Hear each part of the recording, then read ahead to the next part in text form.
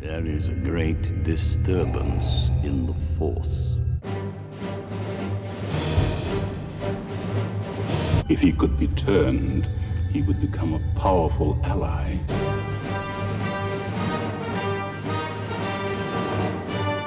That's right. Come here and give us a kiss, you big Imperial. You big gruff Imperial. I'm your best mate. Yeah, so Naplu is surrendering to the dark side. Not quite, but I'm going to do the Starfighter, Jedi Starfighter quest, the Eta Actis Starfighter quest. So I've had to switch to Imperial. In the NG version of the game, it doesn't take too long. You can run these pirate missions as a mercenary to get the points you need, and then all you have to do is join the Imperials as a combatant. This quest is only available if you're Imperial. It's one of those weird sort of quirks of the game. You can only get that Jedi Starfighter if you're an Imperial. So you have to swap faction. I don't know why they would add that to the game. I mean, in lore it makes sense. Spoilers. I'm going to run through the whole quest, by the way, so if you don't want to be spoiled, don't watch the video. But Darth Vader gives you it. It makes sense that Anakin would have a Jedi Starfighter, perhaps his own, or you know, the designs for one or an old one. But it obviously comes through this Imperial way of doing it. Sometimes there's roleplay ways to reason it out, and then others not. So in terms of roleplay, Naplu is undercover. In terms of its reality, it's just a weird game mechanic, and if you're a Jedi and you want the Jedi Starfighter, you have to do this. So I'll make some strategic edits here and there, and we might do some lore stuff. You know, sometimes when I do one of these videos, I like to do a little bit of research, so we could have a look at the Jedi Starfighter and discuss that and where it came from and who made it and whatnot. So the first step is to head to Dathomir, and we're going to go to the Night Sister stronghold. It's just on a skeleton that you kind of stumble across. There's nothing that points you there necessarily. You just stumble across it and get this rebellion intelligence data from the skeleton that tells you to go to Kashyyyk. Yeah, so basically, I don't know. Yeah, I do know why I haven't done it before. It's because of the Imperial thing. Most of my characters tended to be rebels, but so I just I foregoed the Starfighter in the past, you know, and would have the X-Wings and A-Wings for my rebel characters. But because this character was chosen by you to do a Jedi, I thought, well, a Jedi is not complete without its Jedi Starfighter, so on this particular occasion I thought it was important to do it. He's kind of, I see Naplu as like a community creation almost. I wouldn't have this character if it weren't for people suggesting to do a Jedi, so I think it's my responsibility to complete the character, and that seems to be a good goal. So here's the pile of bones. We just inspect them. Apparently if you inspect them and they're not there, you might have to wait. They're on the 30-minute respawn timer. So you might have to hang around if someone else has grabbed them. So heading to Kashyyyk to follow up on the data. And like I say, never having done this before, some stuff is a bit of a surprise. So, for instance, when we come into this area here, like Rebels got no reason to come down here, you can actually hear Darth Vader breathing. It's really ominous. Listen.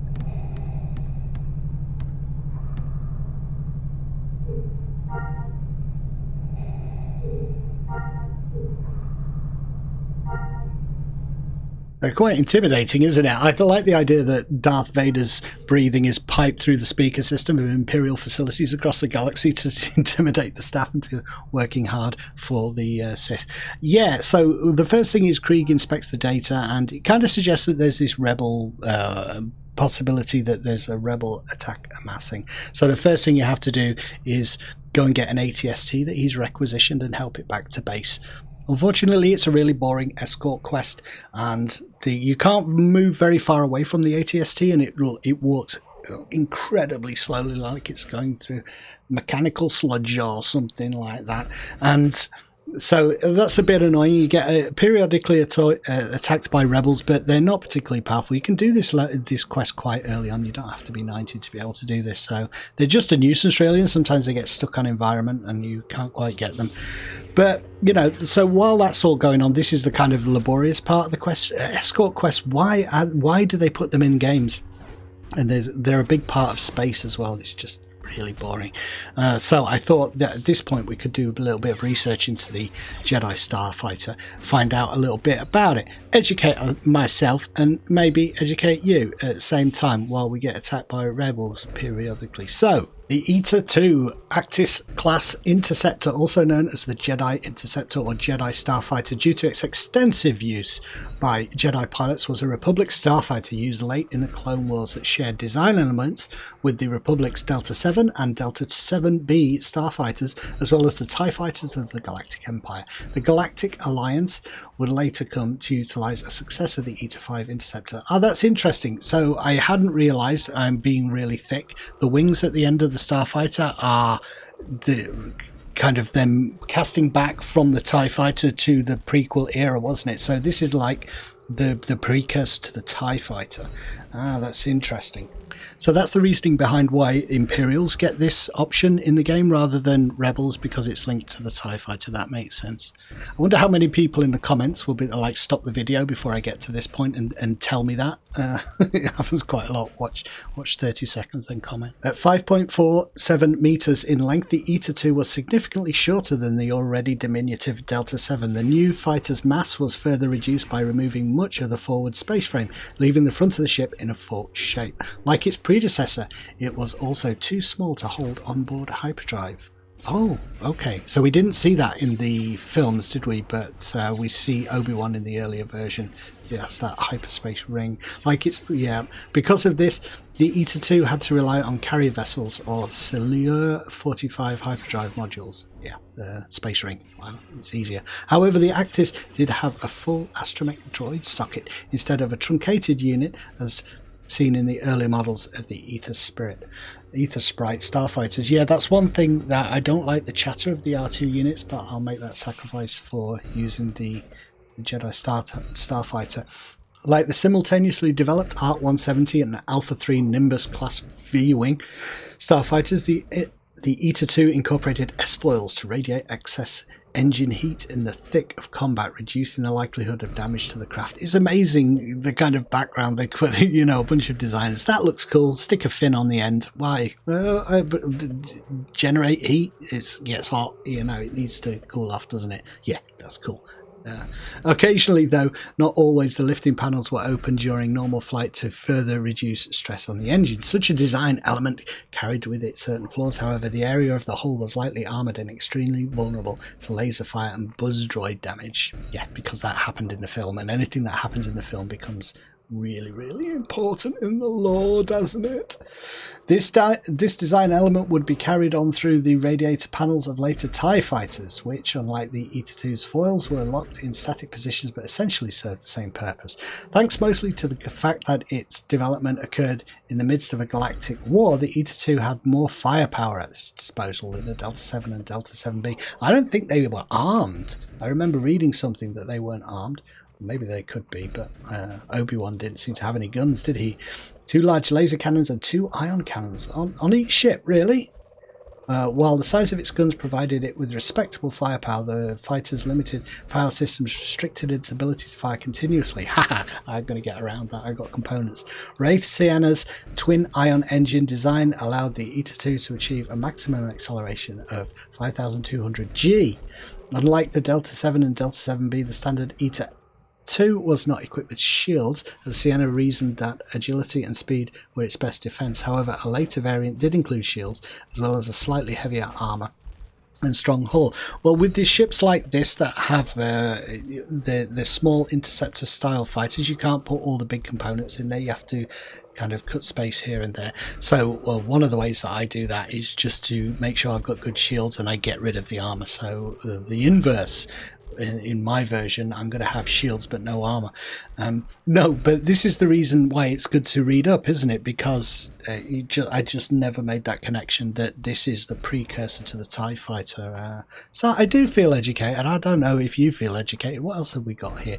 I mean, we can go through all the appearances of the Starfighter in the Clone Wars and whatnot, but that might That's a lot of stuff behind the scenes. Yeah, okay. Designed for Revenge of the Sith, the Eta-2 Interceptor is one of many aspects of the film designed to bridge the gap between the Revenge of the Sith and the original trilogy, intended to be reminiscent of both TIE fighters and Vader's TIE Advanced. Yeah. The designers of the fighter included the segmented cockpit window in the original TIE fighter, as well as the bent wing formation targeting system seen on Vader's personal starfighter in A New Hope. There we are. So we got it first time. No glitchy rebels. That was my first attempt. I haven't edited this at all. So the guide was warning you against those buggy rebels, but I didn't encounter them. Let's sprint back down and get the next mission, which is to stop an attack by rebel insurgents. Once you hand it in, he's about to say something, oh, we're under attack, and you have to go and fight them off. Now, something weird happened, which I'm interested to see in the footage as I look back over it. What exactly happened here, because you have to rush out straight up and attack. I was wondering if I kind of force ran past them, but what happens is I go outside and they kind of attack me outside. Like, this is the first wave. Make short work of these guys, but you'll see in a minute anyway. So what level are these? 25, so you can do this quite early on, can't you? Be flying around in this. If you're more interested in space and this particular spaceship, you can grab this early on in your kind of combat career on the ground. So yeah, I was thinking, like, do I have to hang around here? Do I have to go somewhere to spawn the next bit? And then eventually run back inside, and then they kind of spawn here. So I don't know if that's a bug. Are they supposed to do that, or are you supposed to fight these two waves before you get out and it didn't kind of update? Because they all spawn in pretty quick there, don't they? Yeah. I'll make short work of you guys. I've got a glow stick. I'll whack you on the head with it. I was partying the other night with my 6-foot glow stick, but I can easily use it to whack rebels. I still remember the funk it used to make with the lightsabers. I used to play with my brother with lightsaber fights and just hit him on the head. He's 2 years younger. He couldn't do anything about it. You know, you cry all you want. You got to toughen up if you're going to be a Jedi. Anyway, Krieg, what are you after? Turns out he wants us to go and intercept a rebel convoy in the Kolwir Forest, the dark and murky Kolwir Forest. We're heading back in that direction. I always associate it with NK Necrosis, the Grievous wannabe. Yeah, let's go and find this convoy. So something else weird happened here. Like I felt like I didn't know exactly what was supposed to happen. When we get up to this log, you'll see, like, they all kind of appear out of nowhere. There are biker scouts around there that I didn't even see. So, and they're the ones being ambushed, I think. So, oh, it's not too bad. I felt like the rebels appeared and then were just gone straight away, and no, but I can actually see what's happened. You just run up to them at this level, don't you, and they just keel over dead. You don't have to swing the lightsaber. It's the animations in the game, but it's just like, oh shit, he's level 90, what? Heart attack. I think I was thinking that I had to talk to these guys to complete the quest, but it doesn't. It just auto updates.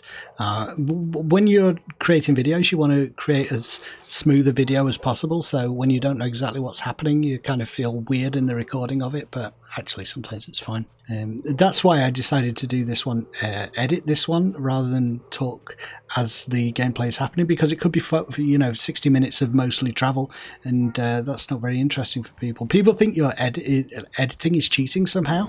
I mean, the point of cheating is that you make your life easier, not harder. It's actually much harder to edit stuff together, and it takes time and things. So if you were cheating by editing, you wouldn't. Well, it just doesn't make sense. You're actually making it harder. I think it's the prevalence of streaming and stuff. Streaming is the kind of way that most people show gameplay footage now, rather than edited videos, as in the early days of YouTube. But I enjoy doing it occasionally, and for stuff like this, it just makes it more of a concise video, less wandering. All right. Speaking of editing, so Krieg is very happy with us, but he's going to defer to his commander. Somebody has appeared here. Well, they've been here from the beginning, and I kind of must have known that Vader was here. In the early days when Kashyyyk first came out, I'm sure I explored all these buildings, but I forgot he was down there. Down here. Yeah, and that's why we can hear his breathing throughout the building. But, can you hear him 2 stories up? I still think it's coming through the speakers anyway. Yeah, and we're gonna roleplay the idea that we are bowing to Lord Vader. He doesn't know. I mean, how does he know that, you know, we're not on the level? Give yourself to the dark side. Not like he can use the Force or anything. I'll just have a little bit of a vision of the past here. Oh my goodness, I see pod racing. I see little Annie, little Annie. I can't breathe in this thing. So there are some rebel ships on the way, and in order to interdict those, yeah, and in order to get rid of those, we will use the Jedi Starfighter granted to us by Lord Vader, which means I got to go and get some stuff in order to cram all my parts. I've got some weapons, but I also want to do some customization, so I'll do another quick edit and talk you through it once I've got all that gear and I've got the paint job done. So I'll just show you where I'm up to with my levels in piloting. I'm not master yet. I've just unlocked this one, which is the exotic vessels. Obviously that is why I've gone for the fighter now, but ship equipment level is 6 and 7, so I'm tier 3 or tier 4, I can't remember, but this mission could be quite tough because there's a rebel gunship, the Nova Courier, several wings of X-wings. We do get some wings of TIE fighters to help us, some fighters and then bombers. I've tried to get as good a gear as possible. None of this stuff is reverse engineered, but I've tested it out. So that's how the ship looks. Slightly dirty paint job, and one of the different to paint types, there's different like patterns that you can get in the game, so that's what I've gone for now. I might brighten it up at some point, but it would be kind of old, wouldn't it?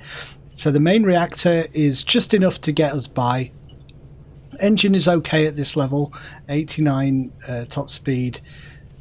Shields, alright, not too bad, but it's the capacitor and the two weapons. So with that reactor and these two blasters, 2929, these are the crafted blasters with the capacitor and the reactor, and we'll do reactor. I've got reactor overcharge and capacitor overcharge as a neutral pilot.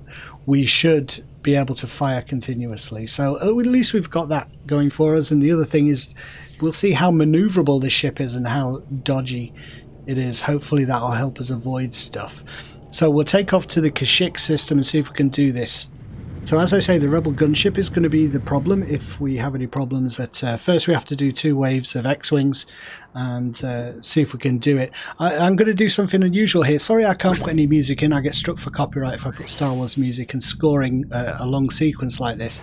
So I'll just let the fight play out with minimal voiceover and editing, and we'll just let the game sounds do their stuff.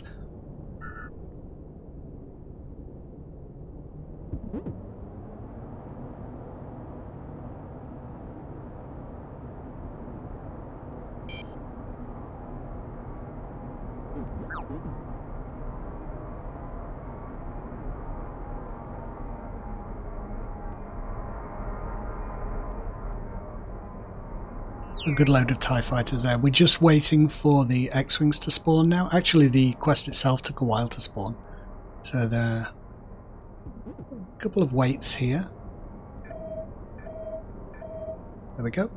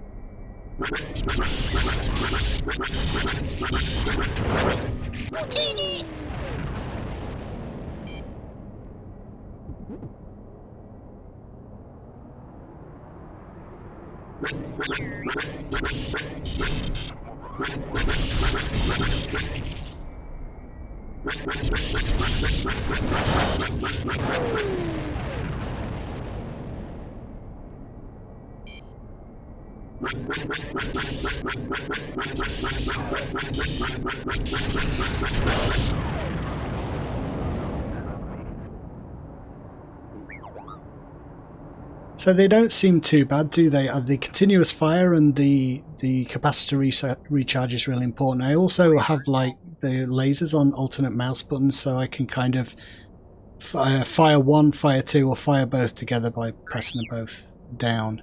I actually thought that that first wave was over here. That's why I'm kind of there they are. So we kind of got pulled away from our fighter escort. How many? Like 8 TIE fighters to take 2 X-Wings. Just let that guy in the Starfighter, Jedi Starfighter, take the majority. Fine by me.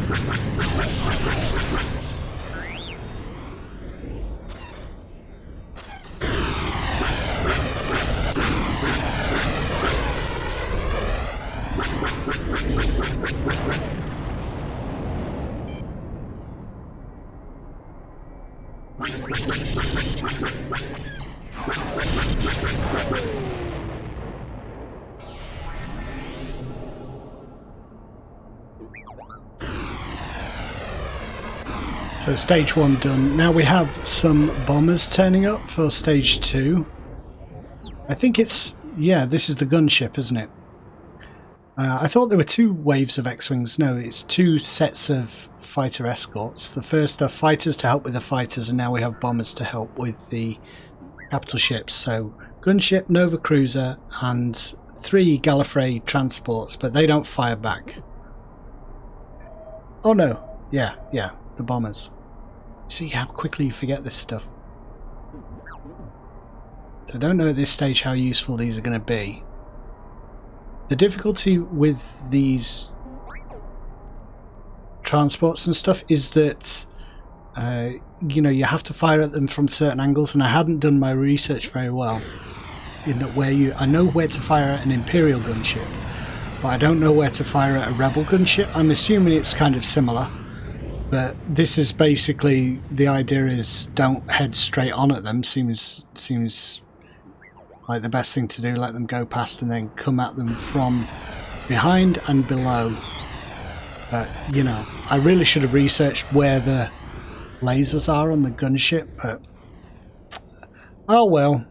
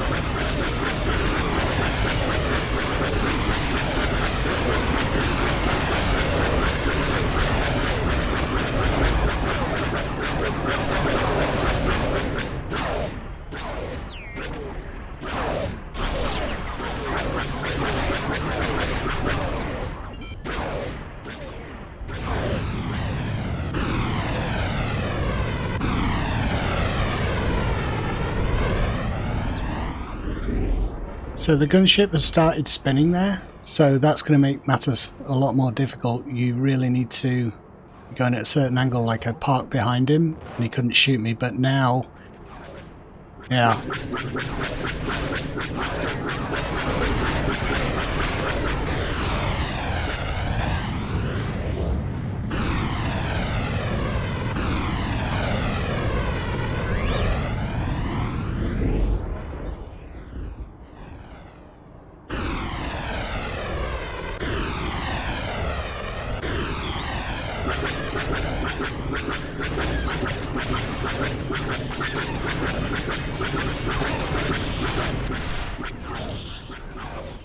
Can't really get an angle on him, so all we can do is try and strafe him. go in for strafing runs.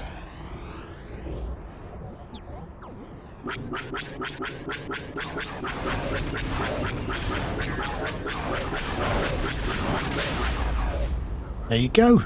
He's out of there.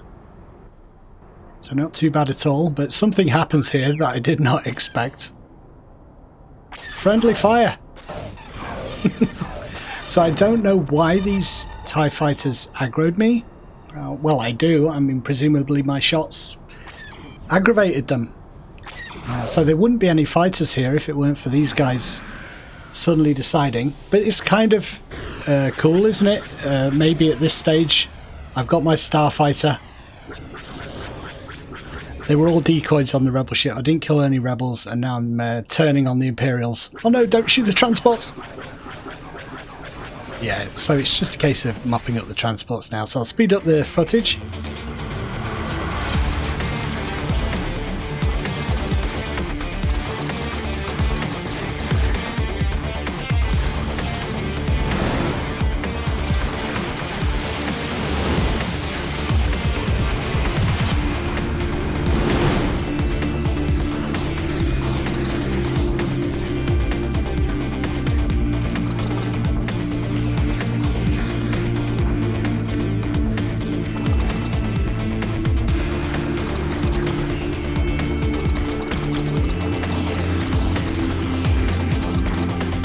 That's it, the ship feels really good. I'm not sure how useful it is at the minute in terms of how many shots hit you. It has a kind of a small hitbox apparently. I'm not sure if they fixed this at some point in the past, but people didn't like this ship in PvP. It was frowned upon because it was so unbalanced with others. I don't intend on doing PvP, and if that's still a factor, I won't use this ship in PvP. It doesn't seem fair, but I'm interested to see how much it makes a difference. But yeah, very nippy, very cool, and I kind of like it. I think it suits Naplu down to the ground and rounds off his character nicely. We need the ground game and the space game to kind of be connected with the character, don't we? And I think this is the best ship for him. Really hope you enjoyed watching the video. It's kind of an odd one for me, a mixture of different styles here, talking, editing, doing different things, but keeps things interesting, doesn't it? So I'll see you in the next video.